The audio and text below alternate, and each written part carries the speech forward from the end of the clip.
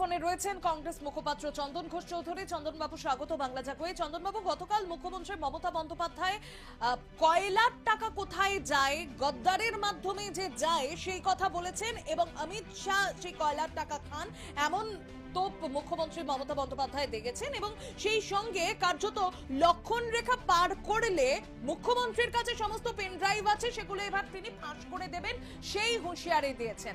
তাহলে এতদিন পর্যন্ত মুখ্যমন্ত্রী তো কোথাও থেকে রাজনৈতিক সৌজন্য দেখিয়েই সেগুলো ফাঁস করেননি বা সেই কথা বলেননি, কি বলবেন? এখানে একটা কথা পরিষ্কার বুঝতে হবে, লক্ষণ রেখাটা কি, লক্ষণ রেখাটা কোথায়। এখন প্রশ্নটা হচ্ছে, মুখ্যমন্ত্রী যখন খুব অভিজ্ঞ রাজনৈতিক নেত্রী এবং দীর্ঘদিন ধরে বিভিন্ন গভর্নেন্সের সাথে যুক্ত কেন্দ্র এবং রাজ্য, মুখ্যমন্ত্রী অনেক গোপন তথ্য জানবেন, এটা খুব স্বাভাবিক। কিন্তু প্রশ্নটা হচ্ছে যে এখানে রাজনৈতিক সৌজন্যতার থেকেও বড় প্রশ্ন মানুষের কাছে উঠেছে যে এই এত বড় একটা ঘটনা, যেখানে কয়লা পাচার এবং সেটা মুখ্যমন্ত্রী বলছেন এবং মুখ্যমন্ত্রীর কাছে পেন ড্রাইভ আছে, আমার মনে হয় বা আমাদের মনে হয় এটা প্রকাশিতব্য, এটা প্রকাশ করার প্রয়োজন আছে।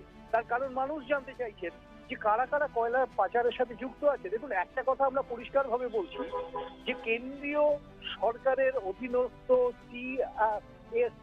সিআইএসএফ, যাদের পুরোপুরি দায়বদ্ধতা যে এই কয়লা বা খনিগুলোকে প্রোটেক্ট করা, এবং সেই সিকিউরিটি ফোর্স যারা কেন্দ্রের অধীনে কাজ করে, তাদের কোনো দুর্বল জায়গা থাকলে তবে অপোজিশনের কিছু ক্রিমিনাল হোক বা ওই স্তরের মানুষ হোক যে কয়লা পাচার করতে পারে। তো যাদের ঘিরে কয়লা পাচারের প্রশ্ন আসছে, যেসব ক্রিমিনালকে ঘিরে প্রশ্ন আসছে, তারা কার দ্বারা প্রোটেক্টেড সেটা সেকেন্ডারি ইস্যু। কিন্তু প্রশ্নটা হচ্ছে যারা প্রোটেক্ট করছে তারা কোথাকার? তারা তো কেন্দ্রীয় সংস্থার অধীনস্থ সংস্থা। তাহলে সেক্ষেত্রে তারা গার্ড করতে পারছেন না, এটা তো স্বাভাবিক। এবং সেটা যখন গার্ড করতে পারছেন না, সেক্ষেত্রে যদি মুখ্যমন্ত্রীর কাছে তথ্য থাকে এবং সেক্ষেত্রে যদি আমাদের স্বরাষ্ট্রমন্ত্রী পর্যন্ত এর ভাগিদার হন, তাহলে এটা ভেরি সিরিয়াস ইস্যু। সারা ভারতবর্ষের জন্য মানুষ জানতে চাইছেন অমিত শাহ এবং তার সাথে তার সহযোগীরা মুখ্যমন্ত্রী সৌজন্যে বাঁচবেন কেন, মুখ্যমন্ত্রী আর সৌজন্যতা দেখাবেনই বা কেন। এটা কিন্তু একটা মারাত্মক ইস্যু। এই ইস্যু যাতে প্রকাশ হয় আমরা অবশ্যই সকলে আশা করব। এটা সৌজন্যতার গণ্ডি পেরিয়ে গেছে, সৌজন্যতা আর নেই।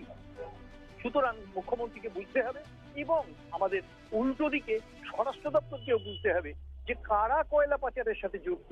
এই মুহূর্তে এই ধরনের একটা রাজনৈতিক সমীকরণ করবার উদ্দেশ্যটাই বা কি, কিন্তু মানুষ জানতে চায় সত্যি সত্যি অপরাধী কারা।